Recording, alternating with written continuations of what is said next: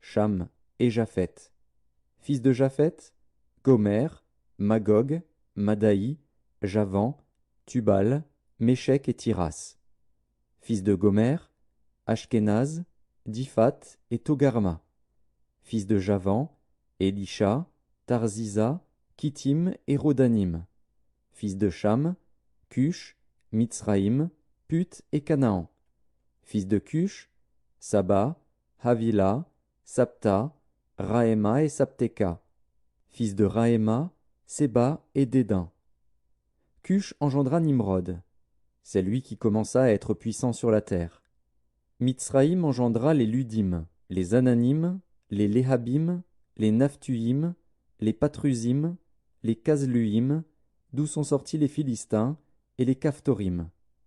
Canaan engendra Sidon, son premier-né, et Heth, et les Jébusiens, les Amoréens, les Girgasiens, les Héviens, les Arkiens, les Siniens, les Arvadiens, les Tsémariens, les Hamassiens.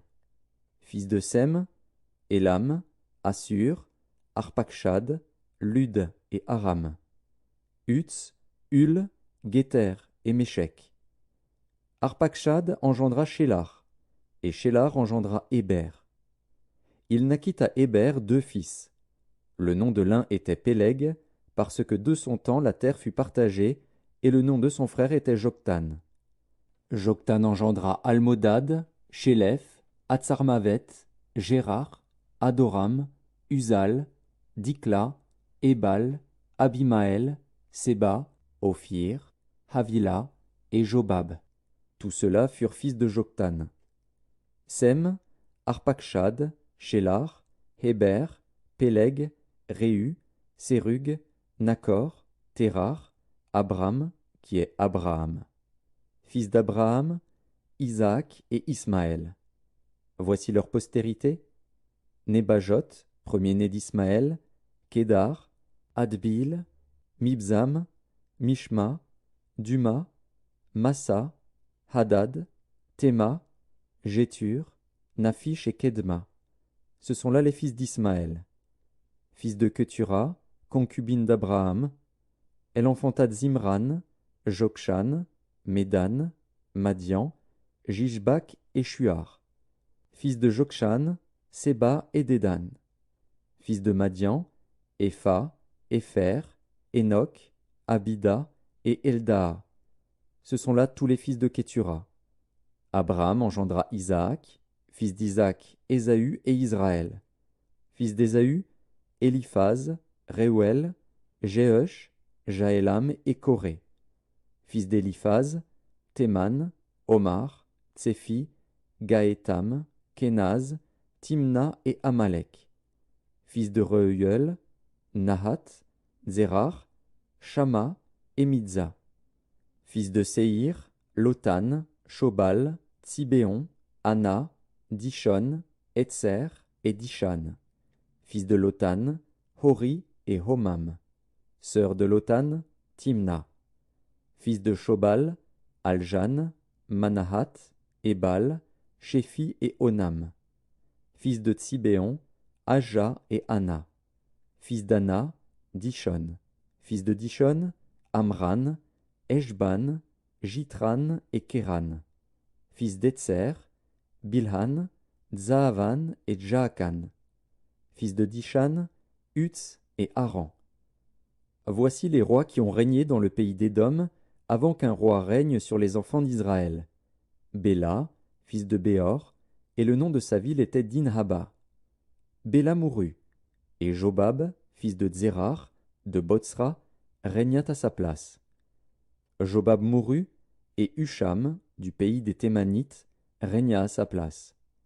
Husham mourut, et Hadad, fils de Bédad, régna à sa place. C'est lui qui frappa Madian dans les champs de Moab. Le nom de sa ville était Avith. Hadad mourut, et Samla, de Mazreka, régna à sa place. Samla mourut, et Saül, de Rehoboth sur le fleuve, régna à sa place. Saül mourut, et Baal-Hanan, fils d'Akbor, régna à sa place. Baal-Hanan mourut, et Hadad régna à sa place. Le nom de sa ville était Paï, et le nom de sa femme Méhétabile, fille de Matred, fille de Mézahab. Hadad mourut.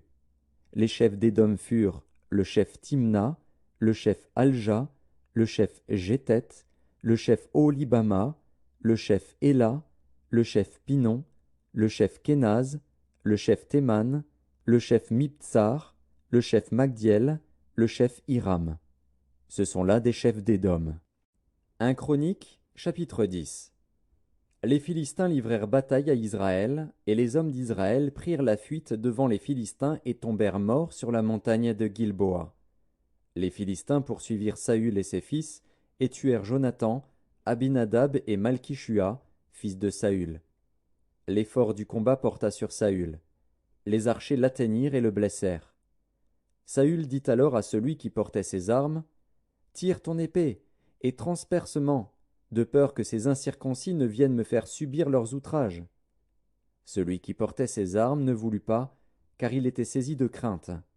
Et Saül prit son épée, et se jeta dessus. Celui qui portait les armes de Saül, le voyant mort, se jeta aussi sur son épée, et mourut. Ainsi périrent Saül et ses 3 fils, et toute sa maison périt en même temps. Tous ceux d'Israël qui étaient dans la vallée, ayant vu qu'on avait fui et que Saül et ses fils étaient morts, abandonnèrent leur ville pour prendre aussi la fuite. Et les Philistins allèrent s'y établir. Le lendemain, les Philistins vinrent pour dépouiller les morts, et ils trouvèrent Saül et ses fils tombés sur la montagne de Gilboa. Ils le dépouillèrent, et emportèrent sa tête et ses armes. Puis ils firent annoncer ces bonnes nouvelles par tout le pays des Philistins à leurs idoles et au peuple. Ils mirent les armes de Saül dans la maison de leur Dieu, et ils attachèrent son crâne dans le temple de Dagon.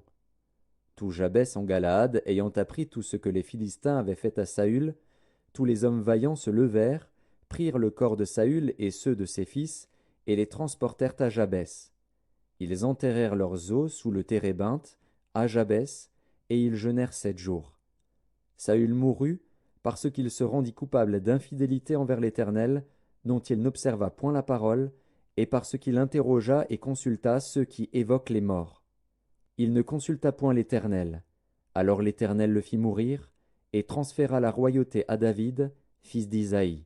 1 Chronique, chapitre 11. Tout Israël s'assembla auprès de David à Hébron, en disant, « Voici, nous sommes tes os et ta chair. Autrefois déjà, même lorsque Saül était roi, c'était toi qui conduisais et qui ramenais Israël. L'Éternel, ton Dieu, t'a dit, « Tu paîtras mon peuple d'Israël, et tu seras le chef de mon peuple d'Israël. » Ainsi tous les anciens d'Israël vinrent auprès du roi à Hébron, et David fit alliance avec eux à Hébron, devant l'Éternel. Ils joignirent David pour roi sur Israël, selon la parole de l'Éternel, prononcée par Samuel. David marcha avec tout Israël sur Jérusalem, qui est Jébus. Là étaient les Jébusiens, habitants du pays.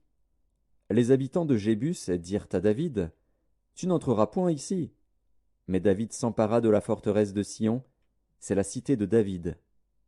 David avait dit, « Quiconque battra le premier les Jébusiens sera chef et prince. » Joab, fils de Tseruja, monta le premier, et il devint chef. David s'établit dans la forteresse, c'est pourquoi on l'appela cité de David.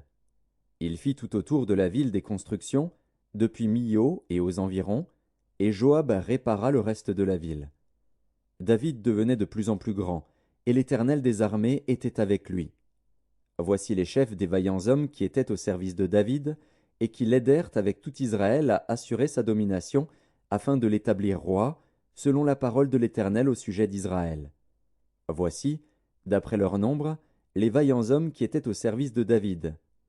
Jashobéam, fils de Hakmoni, l'un des principaux officiers, il brandit sa lance sur 300 hommes qu'il fit périr en une seule fois. Après lui, Éléazar, fils de Dodo, l'Akoshite, l'un des 3 guerriers. Il était avec David à Pas-Damim, où les Philistins s'étaient rassemblés pour combattre. Il y avait là une pièce de terre remplie d'orge, et le peuple fuyait devant les Philistins. Ils se placèrent au milieu du champ, le protégèrent, et battirent les Philistins. Et l'Éternel opéra une grande délivrance.